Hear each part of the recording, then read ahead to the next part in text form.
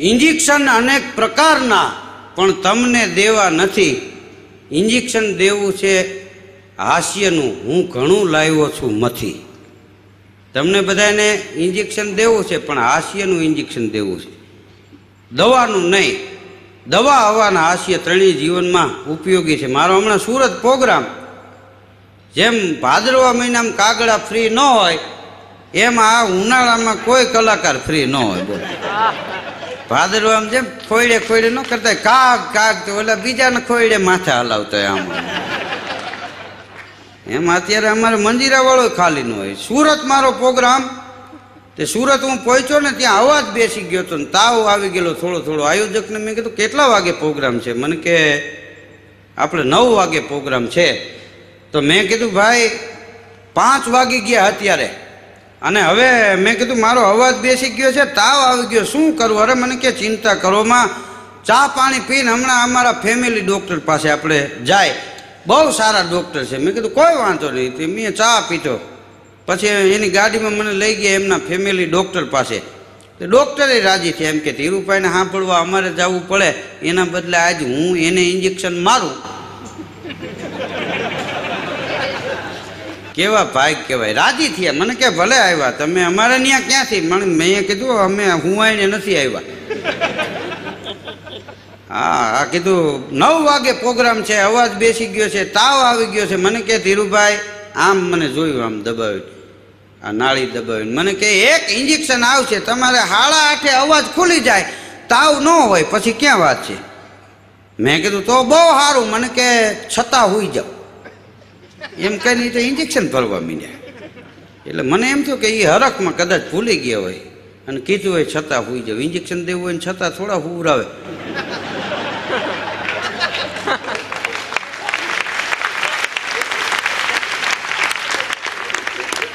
તોય હું તો બઠો હોઈ ગયો.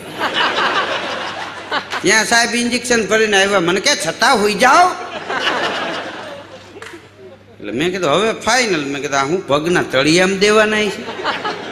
હું તો છતો પાઠ હોઈ ગયો, પણ ઇન્જેક્શનની હોય જોઈએ ને, મેં કોઈ દી ઇન્જેક્શન લીધેલું નહીં. એટલે મને થોડીક બીક લાગી. મેં કીધું આંખ વીંચી જાઉં. આંખ હું વીંચી ગયો ને, ટેબલ નીચેથી ઘમ દઈને આવ્યો.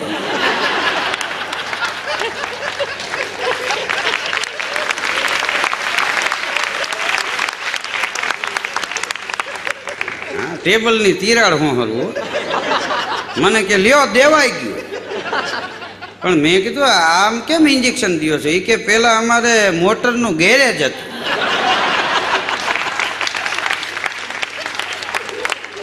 ડોક્ટર થયા પણ ટેવ એની રહી ગઈ. હા પણ વરસ થયા 3, મને હજી તાવ નથી આવ્યો. બોલો, હા એ ડોક્ટરને આભારી છે. આ ડોક્ટર એક દર્દીને કે તમને ઓપરેશન આવે એમ છે, હું જે લખી દઉં એ બધું તમે લેવો, અહીં નથી એટલું બહારનું લખી દઉં છું. તે ડૉક્ટર સાહેબે લખી દીધું, ગ્લુકોઝના 2 બાટલા, લોહીની 2 બોટલ, 3 ઇન્જેક્શન, 18 ગોળી, પાટાપિંડી, આ બધું લેતા આવો. લિસ્ટ બનાવી દીધું મોટું બધું. અમારા મનુભાઈ ગઢવી મુંબઈમાં હતા, ડાયરા અત્યારે જો હાલતા હોય મુંબઈમાં. મનુભાઈને આભારી છે. મનુભાઈ એક દી વાત કરતા હતા કે અમારી બાજુવાળાએ સત્યનારાયણની કથા કરવાની હતી, ગોર મહારાજ પાસે લિસ્ટ માંગ્યું પ્રસાદીનું, તો ટ્રક ભાડે કરવો પડ્યો. એટલું બધું કાજુ ને દ્રાક્ષ ને બદામ ને લખી દીધું. પણ ડૉક્ટર સાહેબે લિસ્ટ લખી દીધું. એ બધી વસ્તુ તો દર્દી લઈ આવ્યો, પણ એક ફૂલહાર હોતે લેતો આવ્યો. તે સાહેબ કે આ ફૂલહારને શું કરવો? મેં ક્યાં આમાં લખી દીધો? દી કે તમે લખી દીધું તે લઈ આવ્યો. આ હું ફૂલહાર લઈ આવ્યો એ પહેલાં સાંભળો. કેમ? એ કે જો આ ઓપરેશન સફળ થાય તો હું તમને પહેરાવીશ, નહીંતર તમે મને પહેરાવી દેજો.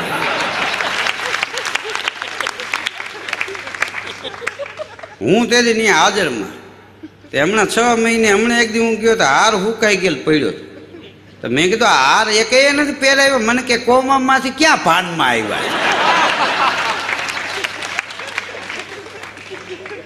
હા એક દર્દી ડૉક્ટર પાસે ગયો ને, તો ડૉક્ટરે બધું ચેક કર્યું, આખું શરીર, રિપોર્ટ બધાય કરાયો, કાર્યોગ્રામ કાઢ્યા. હવે આને 100 ગ્રામ કોઈથી નથી કાઢ્યા. બોલો, અહીંયા કાર્યોગ્રામ કાઢે. સાહેબે કીધું કે આ રોગ વિશે મારે વિચારવું પડશે. કદાચ આ વધારે દારૂ પીવાથી પણ થઈ શકે છે. દર્દી કે તો સાહેબ તમે ભાનમાં આવો તઈ હું આવીશ. એને એમ કે સાહેબ નશામાં એમ. હા, અમુક અમુક તો શેર બોલતા હોય. હા, નહીં પીતે તો મોસમ તક નહીં પીતે, અને પીતે તો કિસી છે કમ નહીં પીતે. હા, એક જણો એક દી મારી બાજુ ઊભો રહ્યો ને તો મેં બીડી હળગાવી, મારા સામું જોવા માંડ્યો. મેં કીધું એને પીવી છે. તો મેં કીધું લ્યો બીડી પીઓ. તો શેર બોલ્યો મને કે હમ સિગારેટ પીને વાલે કભી ખાખી નહીં પીતે, અને મિલે પ્રેમ કા ઠૂઠા તો આખી નહીં પીતે.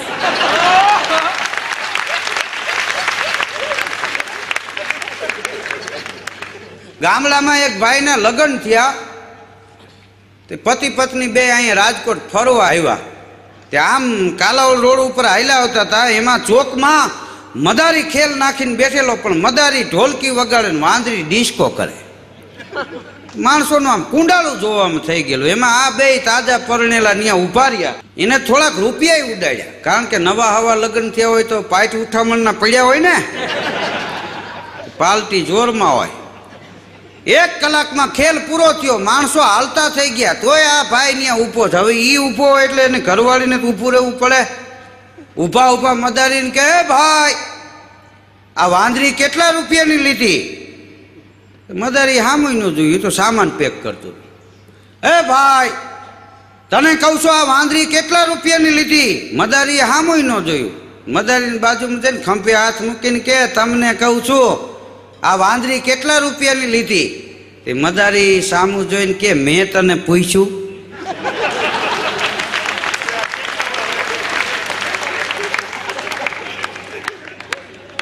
હા, આ લાંબી વાઈટ વાળા કહેવાય. હા, અમુક અમુક મોળા ફૂટે. હા, એક છોકરો સ્કૂલેથી ઘેરે આવ્યો ને તે રોવા માંડ્યો. એની માં કે શું કામ રોસ? તો કે મને સાહેબે માર્યો.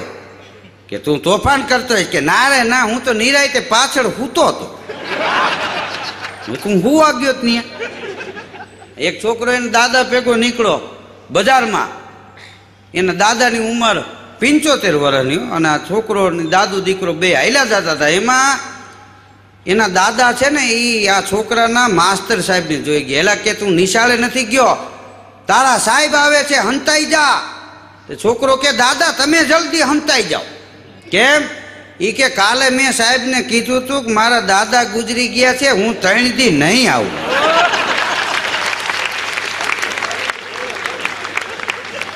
આ 21મી સદીના છોકરા બોલો.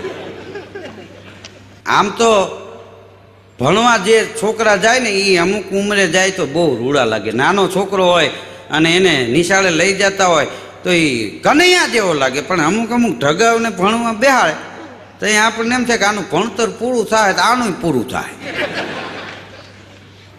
હા, વિદ્યાર્થીને માસ્તર સાહેબ સવારમાં ખખડાવવા માંડ્યા, તું દરરોજ મોડો આવસ, આમ કેમ ચલાવી લેવાય? તારા એક પાછળ આમ જો કેટલા વિદ્યાર્થી છે. ઓલો કે સાહેબ તમારે ટાઈમે હાલતું કરી દેવાય, મારું ધાયલા રાખે. હા, મારે તો કે ભણવામાં રસ નહીં, નકામું કે ખોટો ટાઈમ બગડે. તો ન આવતો હોય તો કે ઘેરે મારા મમ્મી પપ્પા કાણી કરે, અહીં આવું તમે કાણી કરો. હવે મારે વિદેશ વહી જવું, પણ કે વિદેશ શું કરી? કે અહીં ન હાલે, એ બધા ત્યાં હાલે.